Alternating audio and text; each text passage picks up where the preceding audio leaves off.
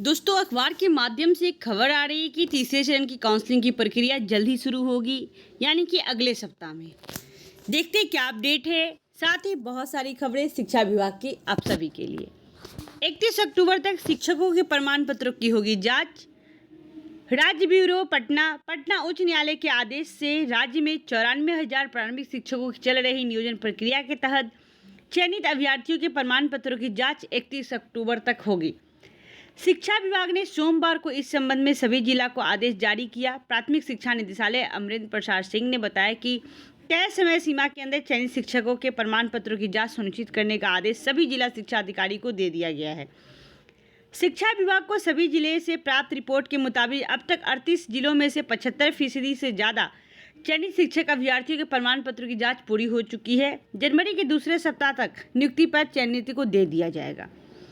यह बात आ गई कि इलेक्शन के बाद मैंने कई बार ये बात कहा कि यह बहाली इलेक्शन के भेंटे चढ़ चुकी है। कैसे? क्योंकि आचार संहिता का उल्लंघन नहीं किया जा रहा है।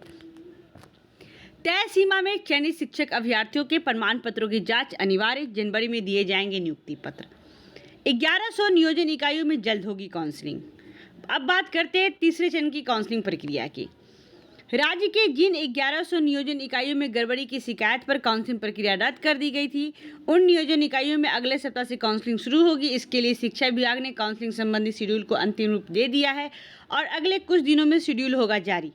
और नियुक्ति पत्र की बात कही गई है, जनवरी में के दूसरे सप्ताह से नियुक्ति पत्र चयनित शिक्षकों को दे दिया जाएगा। यह बात हो रही है तीसरे चरण काउंसलिंग प्रक्रिया के बाद।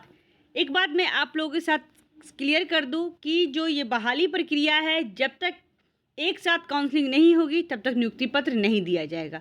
गवर्नमेंट ऐसे अभ्यर्थियों के लिए ऐसे स्टेटमेंट दे रही है जो इस तरीके से बात करे कि पहले काउंसलिंग होगी तो पहले हमें नियुक्ति पत्र दे दिया जाए। विभागीय अधिसूचना के मुताबिक एक कल लेटर जारी हुआ जिसमें दिया गया है कि सभी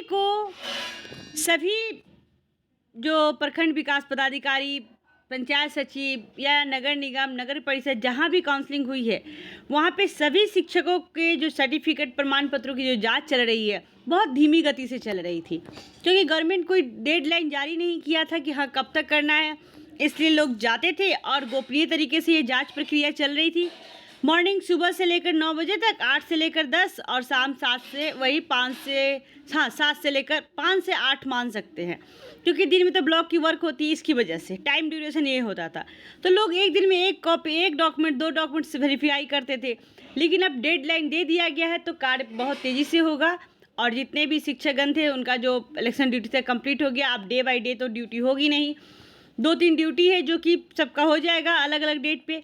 तो उन सभी को फिर से लेटर इशू करके बुला लिया गया है डॉक्यूमेंट वेरिफिकेशन करने के लिए और एक डेडलाइन जारी कर दिया गया है सभी डिस्ट्रिक्ट के लिए। ये नहीं कि एक पार्टिकुलर मुजफ्फरपुर और भागलपुर, दरभंगा के लिए है, ये बिहार के 38 जिला के लिए है कि जितनी भी काउंसलिंग प्रक्रिया कंप्लीट हो चुकी है वहाँ के चयनित अभ्यर्थियों को जो प्रमाण पत्र की जाँच है 31 अक्टूबर तक कंप्लीट करके गवर्नमेंट को ये चीज़ सबमिट कर देना है।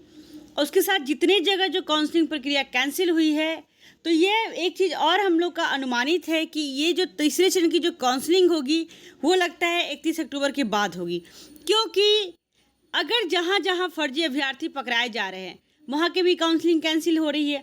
उसके अकॉर्डिंग राज्य के 1100 नियोजन की गड़बड़ी की शिकायत पर काउंसलिंग रद्द की गई थी और जहाँ जहाँ कैंसिल हुई थी किसी कारणवश, कहीं तो काउंसलिंग भी नहीं हुई थी, कहीं कहीं मेधा सूची नहीं दिया गया था। तो 2 से 4 दिनों में सभी जगह के सेलेक्टेड कैंडिडेट का लिस्ट आ जाएगा फिर से रिवाइज करके, क्योंकि बहुत सारे ऐसे अभ्यर्थी थे जिनका डॉक्यूमेंट्स वेरीफाई करने पे जाली पाया गया है और पहले ही वो स्कैन करके जाकर काउंसलिंग करवाते। तो ऐसे लोगों को एनआईसी की पोर्टल से हटा करके उन पे एफआईआर दर्ज करके उन पे कार्रवाई करते हुए और फिर से फ्रेश जो है एनआईसी के पोर्टल पे अपलोड किया जा रहा है सेलेक्टेड कैंडिडेट का नाम। तो ये जल्द से हर जिले का एनआईसी के पोर्टल पे अपलोड हो जाएगा और उसके बाद अपलोड होने के बाद देखा जाए कितने सीट बचे हैं और कितने जगह काउंसलिंग नहीं हुई है और कितने सीट ऐसे अभ्यर्थियों से भरा गया था जो कि फर्जी है। उसके बाद सारे को एक साथ ले करके तीसरे चरण की काउंसलिंग प्रक्रिया पूर्ण कराई जाएगी उसके बाद जितने जब से उससे पहले और दूसरे चरण के सेलेक्टेड कैंडिडेट का लिस्ट जो है डॉक्यूमेंट वेरिफिकेशन कंप्लीट हो जाएगा 31 अक्टूबर तक, तो बचेगा तीसरे चरण में चयनित अभ्यर्थियों के। उसके बाद उनका डॉक्यूमेंट वेरिफिकेशन होगा। उसके बाद ही जो है जनवरी के प्रथम सप्ताह में पहले या दूसरे सप्ताह से नियुक्ति पत्र जो है देने का कार्यक्रम शुरू किया जाएगा। ये कंप्लीट करते करते हो जाएगा मार्च, और नए सेशन से सारी को जितने भी लोग इसमें अपेयर है उनको जॉब के लिए जॉब वहाँ पे सिक्योर हो जाएगी, वहाँ से जॉब कंटिन्यू हो जाएगी। तो ये है विभागीय अधिसूचना, जो कि बहुत सारी सूत्रों से ये पता चल रहा है कि ऐसे ऐसे ये प्रक्रिया चलेगी। लेकिन कुछ जो शिक्षकगण हैं, हमारे शिक्षक साथी है, सचिवालय जाते हैं, कुछ अपडेट लेकर आते हैं। उन्होंने कहा कि अगले सप्ताह, यानी कि यहाँ पे भी दिया गया है, काउंसलिंग संबंधी शेड्यूल को अंतिम रूप दे दिया गया और कुछ ही दिनों में शेड्यूल जारी हो जाएगा। तो इसका कोई डेडलाइन नहीं दिया गया है। साथ में बहुत सारी जगहों पे जो किसी कारणवश काउंसलिंग कैंसिल की गई थी, वहाँ की अभी फ्रेश रिपोर्ट भी नहीं एनआईसी की पोर्टल पर अपलोड किया गया है। तो इन सभी के लिए बहुत सारी परेशानियाँ आ रही है अभ्यर्थियों में कि आखिर 19 से 21 होने के बाद भी कब तक यह जो हमारी जो बहाली प्रक्रिया है कब तक चलेगी। और उसके साथ ही अब आ चुका है सीटेट का नोटिफिकेशन में कोई सिलेबस चेंज नहीं किया गया। और ये बहुत अच्छी न्यूज़ है आप सभी के लिए, जो भी शिक्षक अभ्यर्थी अगर सीटेट क्वालिफाई नहीं किए हैं, अगर वो करना चाहते हैं तो आप हमारे चैनल से जुड़ सकते हैं। यहाँ पे ऑफलाइन ऑनलाइन दोनों ही कोर्स अवेलेबल है। कुछ प्रैक्टिस सेट के साथ आप यहाँ पे क्लास कर सकते हैं और 100% गारंटी रिजल्ट आएगी।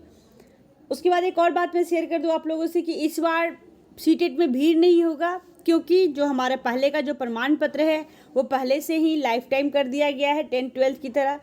तो जो अभ्यर्थी जितने भी अभ्यर्थी पहले से पास आउट है उनको अब मार्क्स के लिए भी टेंशन नहीं लेना है, क्योंकि आपका मार्क्स जो है 82+ है। किसी भी कैटेगरी में फीमेल है तो आप क्वालिफाई है, और 90+ है तो आप किसी भी कैटेगरी के लिए क्वालिफाई है। ये चीज़ है। और लाइफ टाइम होने की वजह से 7 ईयर वैलिडिटी ख़त्म कर दी गई है, जिससे लोगों में एक संतोष की भावना है कि चलो मेरा मार्क्स कम है और हमें बोनस नहीं मिलना है, इसलिए मार्क्स के लिए लोग उनके पीछे अब नहीं भागेंगे। तो अब आप आगे की प्रिपरेशन कर सकते हैं। अगर सीटेट क्वालिफाई हो चुका है तो बहुत सारी वैकेंसी आती है, KVS है, NBS है, ये सारी चीज़ें हैं।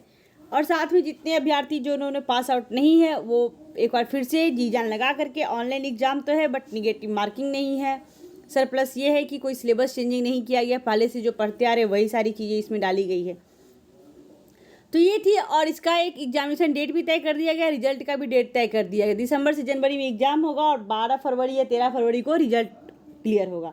तो अब CBSE अपने इस पैटर्न को फिर से फॉलो करने लगी है, साल में 2 एग्ज़ाम को, इसलिए थोड़ा सा उस पर अपडेट करेंगे, फोकस करेंगे। और साथ ही जितने हमारे जो शिक्षकगण हैं इस काउंसलिंग में भाग ले चुके हैं उनके लिए गुड न्यूज़ है कि जैसे ही सारी अपडेट आती है आप जल्द से जल्द काउंसलिंग होगी। उसके बाद 75% से ज़्यादा मतलब काम हो चुका है, 20% रेस्ट है, और इसको 31 अक्टूबर तक कंप्लीट करके गवर्नमेंट को सौंप देना है। वेब पोर्टल पर सारी चीज़ अपलोड कर देनी है। हाँ, एक और चीज़ बात ये पता चल रहा है कि जितने भी भागलपुर की मैं बात कर लूँ और समस्तीपुर की, कि वहाँ पे जितने भी काउंसलिंग हुए हैं लोगों को बुलाया जा रहा है डॉक्यूमेंट वेरिफिकेशन करने के लिए। तो काउंटर बनाया गया है उसका अलग अलग, और इससे काउंटर बना करके वहाँ पे जा करके सबको, जितने लोग सेलेक्टेड है जिनके नाम से फर्जी है या नहीं भी, उन सभी को जा करके अपना CTET प्रशिक्षण का प्रमाण पत्र और मार्कशीट अंक पत्र जो है जाकर वहाँ पे सबमिट करना है, जिससे उनको सहयोग मिले फर्जी और सही अभ्यर्थियों को छांटने में। तो लेटर में लिखा हुआ था कि सही शिक्षक से सहयोग की अपेक्षा है कि वो आकर अपना डॉक्यूमेंट सबमिट करे, जिससे उन्हें आसानी हो जाए। बहुत ऐसी गड़बड़ियाँ आई हैं जिसे हम लोग सोच भी नहीं सकते, हमारा सोच वहाँ तक नहीं जा सकता। 10th में मार्क्स कम है, उसके मार्क्स को स्कैन करके बढ़ा दिया गया है। 12th में कम में बढ़ा दिया गया, और सीटेट में कम में बढ़ा दिया गया, और टॉप 10 के मेरिट में आ चुके हैं। जिनका 10th में 30% है उसको 88% कर दिया गया है। बहुत ऐसे चीज़ यहाँ पे सबमिट हुई है, क्योंकि डिजी लॉकर 18 में एक्सेप्ट किया गया है गवर्नमेंट के द्वारा, और ये उससे पहले के जितने भी सर्टिफिकेट है वो डिजी लॉकर में नहीं अवेलेबल है, जिस कारण जो हमारे जो टीम है काम कर उनको भी परेशानी हो रही है। साथ में जो जेन्युइन अभ्यर्थी है उनके लिए भी ये बहुत असंतोष की भावना फैल रही कि आखिर क्यों हम जेन्युइन होते हुए भी हमारा क्यों नहीं हो पा रहा है जॉब। तो ये सारी चीज़ें देखते हैं क्या अपडेट आती है काउंसलिंग को लेकर के। जैसे कुछ अपडेट आएगी सबसे पहले इस चैनल पे आपके लिए। तो thanks for watching this video. Thank you दोस्तों, इस चैनल पे बने रहे, इसे लाइक करें, सब्सक्राइब करें और शेयर करना बिल्कुल ना भूलें। बहुत बहुत धन्यवाद।